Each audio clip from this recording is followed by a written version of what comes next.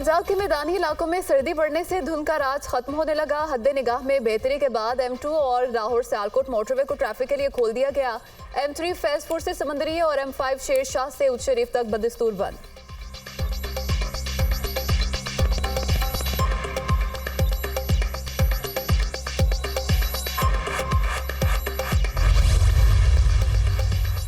मुल्क के बेशतर इलाकों में शदीद सर्दी की लहर। पारा नुक्ता इंजमात से भी कई दर्जे नीचे। स्कर्दू में -9, गिलगित में -5, जबकि इस्तौर में -4 रिकॉर्ड। बलोचिस्तान में भी शदीद सर्दी का राज।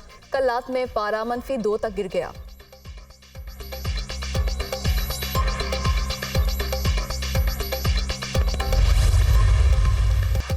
कौम के साथ मिलकर हर किस्म के माफिया की सरकोबी करेंगे। झूठी खबरों से तासुर दिया जा रहा है जैसे रियासत वजूद खोती जा रही है। सोशल मीडिया पर हिजान मायूसी और अफरा तफरी की कोशिश की जा रही है।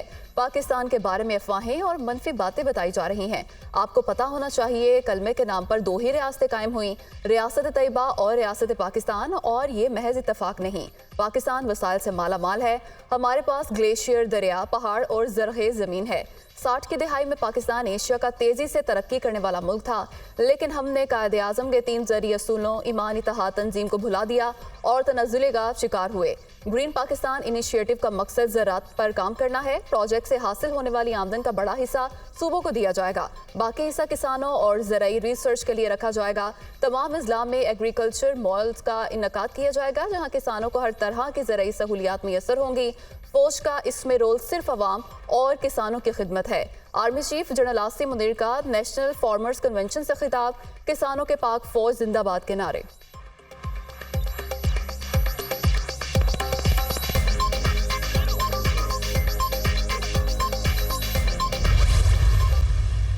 इन सारे सियासी रहनुमाओं को, ये जो रेमनेंट PDM के हैं, इनको अच्छी तरह नजर आया है कि 8 तारीख को इनके पल्ले कुछ भी नहीं बचना अगर election free, fair and transparent हुए। इनको इनका पता है, इसलिए इनकी सिर्फ ये कोशिश है कि PTI के पास बल्ला ही ना रहे। अदालत के फैसले को मुतनाज़ बनाने की कोशिश की जा रही है। मुखालफिन की कोशिश है कि PTI के पास बल्ले का निशान न रहे। किसी जमात से इंतखाबी निशान लेना उसे ख़त्म करने के मुतरादिफ है। बल्ले का निशान अवामी उमंगों की निशानी है। सियासी रहनुमाओं के अदालतों पर हमलों की मजम्मत करते हैं। PDM जमातों को इलेक्शन में शिकस्त का सामना करना पड़ेगा। इलेक्शन कमीशन के पास इंट्रा पार्टी इलेक्शन के मामला देखने के इख्तियार नहीं। Chairman PTI barrister Gauhar Khan की न्यूज़ कॉन्फ्रेंस। PTI रहनुमा लतीफ़ खोसा कहते हैं कि सुप्रीम कोर्ट ने नवाज शरीफ को ताहयात नाअहल किया, उसे चौथी बार वज़ीर आज़म बनाने के लिए लाया गया। बादशाह सलामत के कागजात भी मंजूर हो गए, हमारे किसी उम्मीदवार के कागजात मंजूर नहीं हुए। ये तारीख की बदतरीन धांधली है। कब तक मुल्क की जमहूरियत के साथ खेल तमाशा होगा।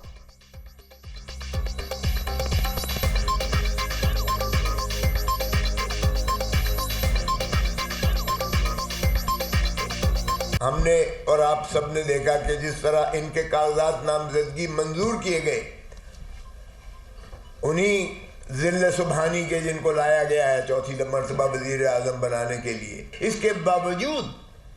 इसके बावजूद के सुप्रीम कोर्ट ने उन्हें 62(1)(f) में ताहयात नाअहल करार दिया हुआ है। ये पाकिस्तान की तारीख की बदतरीन प्री पोल रिगिंग है, बदतरीन प्री पोल रिगिंग है।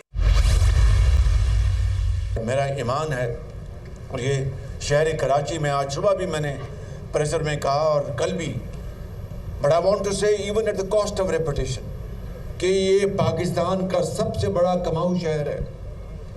तजारत, सनतकारी, कॉमर्स, ट्रेड, बैंकिंग का ये मरकज़ है, शिपिंग का ये मरकज़ है। खरबों रुपए जनरेट करता है और अरबों खरबों टैक्स देता है, लेकिन आज भी यहाँ पर टैंकर माफिया है। आज भी यहाँ पर सड़कें टूटी फूटी हैं। पब्लिक ट्रांसपोर्ट वो छकड़ा बसें हैं जो कि मेरा ख्याल है कि दूर अफ्तादा इलाकों में भी शायद ऐसी उससे बेहतर बसें चलती होंगी। MKM संजीदा पार्टनर है। नवाज शरीफ का खैर सगाली का पैगाम लेकर आया हूँ। मिलकर कराची और मुल्क को अजीम बनाएंगे। कराची अरबों रुपए कमा कर देता है। कराची में टूटी फूटी सड़कें और खटारा बसें चल रही हैं। 3 बार के वजीर आजम को हथकड़ियां लगाकर दुनिया के सामने रुसवा किया गया। क्या वो लाडला था? लाडला वो होता है जो अदालती हुक्म के बाद भी पेश नहीं होता। सदर नून लीग शहबाज शरीफ की गुफ्तगू। रहनुमा MKM खालिद मकबूल सिद्दीकी बोले, ऐसी जमहूरियत होनी चाहिए जिसके समरात आम पाकिस्तानी तक पहुंचे। सियासी जमातों में इस वक्त ज़हनी हम आहंगी सबसे बड़ी शर्त है। एक बेहतर जमहूरियत और पाकिस्तान बनता हुआ देख रहा हूँ। MKM और मुस्लिम लीग नून में हम आहंगी मौजूद है।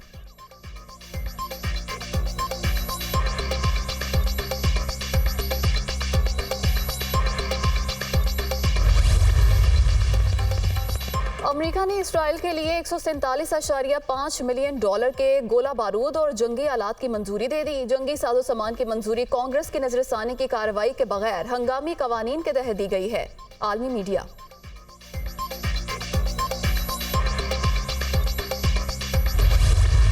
गजा में काबिज से होनी फौज की वहशियाना कार्रवाइयां जारी। 24 घंटों में 180 से ज्यादा फलस्तीनी शहीद। नसीरात और अल-मगाजी पनाह गजीन कैंप पर बमबारी से 35 अफराद शहीद हुए। कोयती अस्पताल के करीब हमले में 20 अफराद शहीद हो गए। अक़वाम मुत्तहिदा की इमदादी खेप पर भी फायरिंग, मुतादिद अफराद निशाना बन गए। गजा की तबाहाल इमारतों के मलबे तले कई अफराद मौजूद। जंग से तबाहाल फलस्तीनियों को मलबा हटाने में मुश्किलात। शोहदा की तादाद 21,507 हो गई। 56,000 के करीब जख्मी।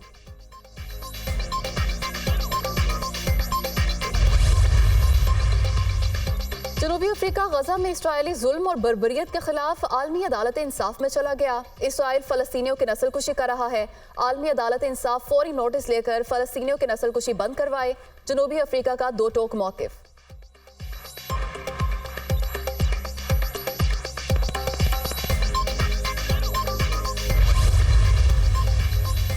इसराइल गजा में फलस्तीनियों की नस्लकुशी कर रहा है। आलमी ताकतें मासूम लोगों को बर्बरियत से बचाएं।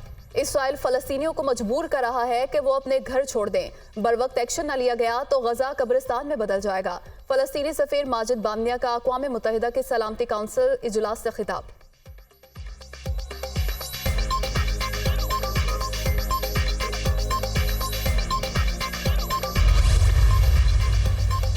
इसराइल के शाम के इंटरनेशनल एयरपोर्ट पर बमबारी। ईरान के 11 इस्लामिक रेवोल्यूशनरी कमांडर्स जाँ बहक। ईरानी इस्लामिक रेवोल्यूशनरी कमांडर्स एयरपोर्ट पर सीनियर हुक्काम के इस्तकबाल के लिए आए थे। अरब मीडिया की रिपोर्ट।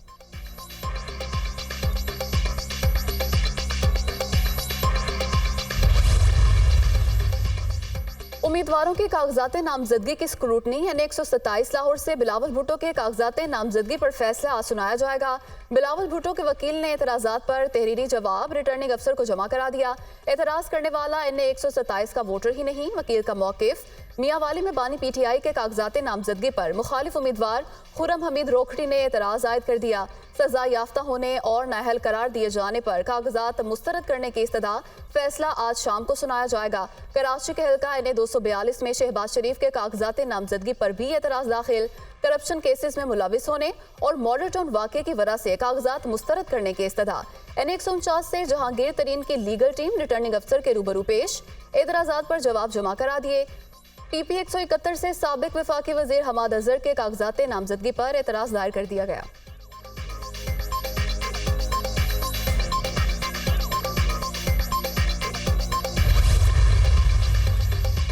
इलेक्शन कमीशन ने मखसूस नशिस्तों के लिए इंतखाबी शेड्यूल में तब्दीली कर दी। मखसूस नशिस्तों पर उम्मीदवारों की स्क्रूटनी 30 दिसंबर की बजाय 13 जनवरी तक होगी। मखसूस नशिस्तों पर उम्मीदवारों के कागजात नामजदगी पर एतराजात 16 जनवरी तक दायर किए जा सकेंगे।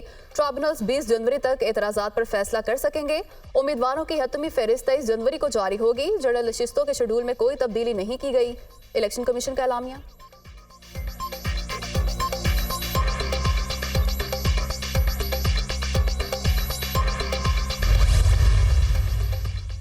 PTA रहनुमा शहरियार आफरीदी और शानदाना गुलजार के 3 MPO के तहत गिरफ्तारी का केस। डिप्टी कमिश्नर इस्लामाबाद के पास 3 MPO जारी करने के अख्तियार नहीं। इस्लामाबाद हाई कोर्ट के जस्टिस बाबर सत्तार ने महफूज फैसला सुनाया। 3 MPO के अख्तियार सिर्फ वफाकी काबीना के पास होना चाहिए। इस्लामाबाद हाई कोर्ट के फैसले का मतन शहरियार आफरीदी और शानदाना गुलजार की दरख्वास्तें मंजूर।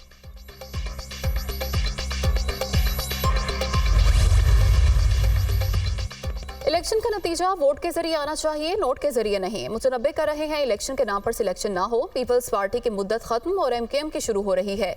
जो मुल्क बनाते हैं वही चला सकते हैं। सिर्फ 40 दिन का चिल्ला है, कारकुन घर घर जाकर पैगाम पहुंचाएं। खालिद मकबूल सिद्दीकी का कराची में खवातीन कन्वेंशन से खिताब, हमने आग और खून के समंदर पार कर लिए, ये पीपल्स पार्टी क्या बेचती है, अब ज्यादा इंतजार नहीं करना, 8 फरवरी को इनका तख्ता उलट देंगे, मुस्तफा कमाल की गरज बरस।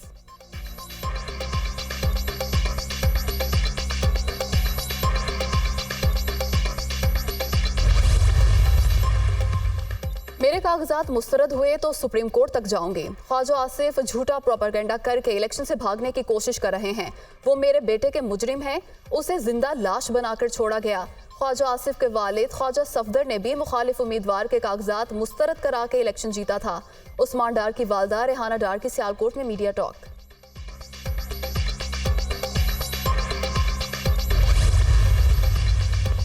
रूस के दार हुकूमत मॉस्को में पायलट ने गलती से जहाज को एयरपोर्ट के रनवे के बजाय बर्फ के दरिया पर उतार दिया। जहाज में 30 अफराद सवार थे जो महफूज रहे।